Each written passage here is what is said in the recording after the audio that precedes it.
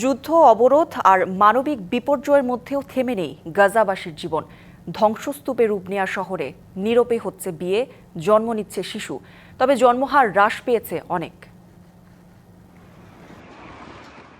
ধ্বংসস্তূপে পরিণত হয়েছে গাজা। চারিদিকে ধ্বংস আর শোক। নেই হাসপাতাল, নেই বিদ্যুৎ কেন্দ্র, নেই খাবার, তারপরও থেমে নেই জীবন।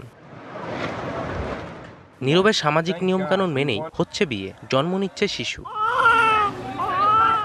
জাতিসংঘের জনসংখ্যা তহবিল বলছে, চলমান যুদ্ধ ও সংকটের মধ্যেই 2025 সালে গাজায় আনুমানিক জন্ম নিয়েছে 34 থেকে 40 হাজার শিশু, যা আগের বছরের তুলনায় প্রায় 40% কম। চিকিৎসা সংকটে অনেক শিশুর জন্ম হচ্ছে হাসপাতালের বাইরে, ঝুঁকির মধ্যে।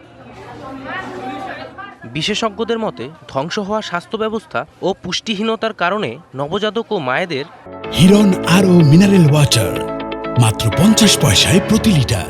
জীবন এখন চরম ঝুঁকিতে।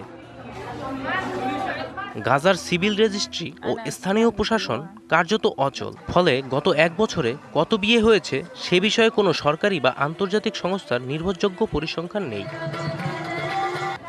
দীর্ঘদিন ধরে ইসরায়েলের হামলায় বিধ্বস্ত গাজা, কর্মহীন হাজারো মানুষ, আশ্রয় হারিয়ে অনিশ্চিতের মধ্যে অধিকাংশ গাজাবাসী। সেই ধ্বংসস্তূপের মধ্যেই সৃষ্টি হচ্ছে নতুন প্রাণের।